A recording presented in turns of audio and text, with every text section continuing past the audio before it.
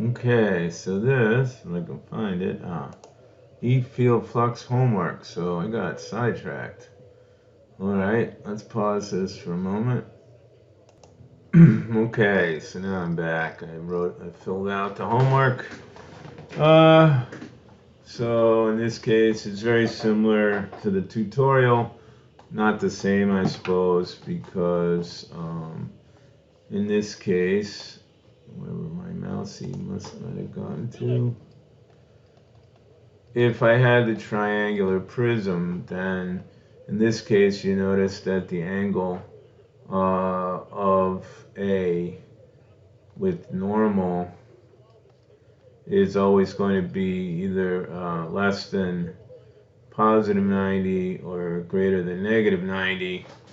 So that means each time they're positive. If I had the other, the triangular prism, then I'd have sometimes negative slope. Excuse me, negative direction, because the angle would be greater than 90 or less than minus 90. So in this case, the two look like they're at about 45 degrees. So they each have equal flux, because I am allowed to use the equation I figured out in the tutorial. And cosine 0 for A2, so that's going to have the maximum flux. In this case, and then you just sum them together. That's what's neat about them, that once you calculated them, they're a scalar product. And they can just be scalars can just be added together. And then in this case, they're all going to be positive because of the conditions, excuse me, that I already enunciated. Okay, so part two, if I put a positive charge in the center, the intersection with the side of the uniformly across that side. Well, no, they're actually not. I said that if I compare all four sides, then the distribution will be the same. But if I compare the four sides, each a sixth side, they all have the same. But the distribution on one side will not be, because they'll be further apart, because this is a square, not a circle. So at the corners here, I'll be further away from the charge than if I were here, and they're spreading. So it's sort of like looking at A and B. So the answer is no. The number of field lines through B will be less than A, simply because it's further away, and they're further apart because of that. Is the flux through it? So the same thing. If the number of lines is less, well, not necessarily, but usually the number of lines is less, so the field strength is also less there too. So that means the flux is, well, theta, the thetas are less, but the field is stronger, but that basically translates to the total flux through A. It's always going to be larger than the total flux through B.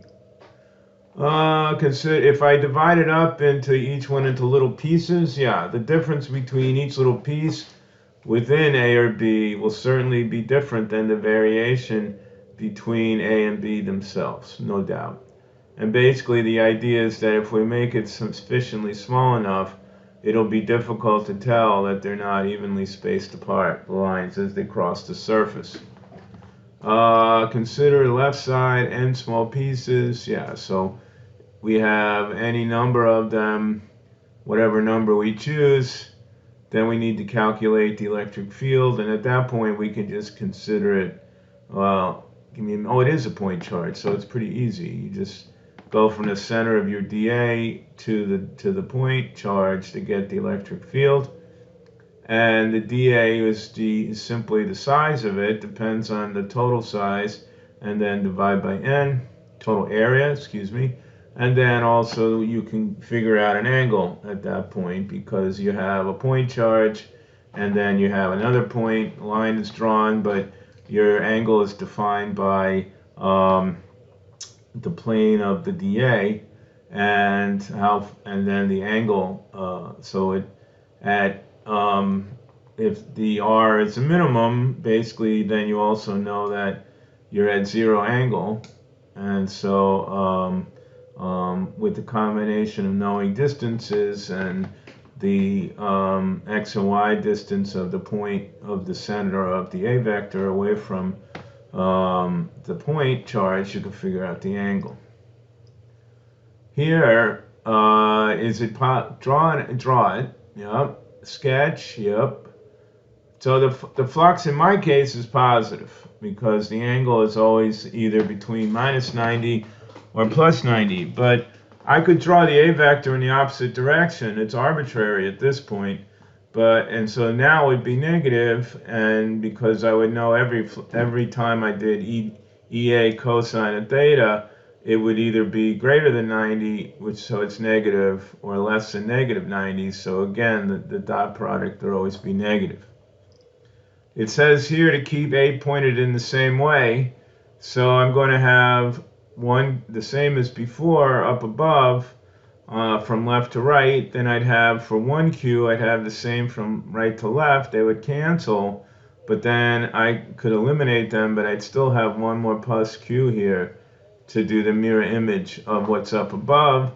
So if I keep A pointed in the same direction, then the flux is negative, and it's because the plus 2Q wins, basically. Now, if I were to switch it, that the plus 2 is negative, then I would just be getting 3 of them. Because the field lines would still be the same as before, but they would just be pointed in this direction if it was negative. Negative Q on right. And if I have 2Q, I would just be doubling the amount of lines. But at the end of the day, they would all contribute a positive flux because the A vector and the negative flux lines would have the angular relationship of less than 90 and greater than minus 90. I think that's the end. Yep. Not easier than the tutorial, or at least shorter. See ya.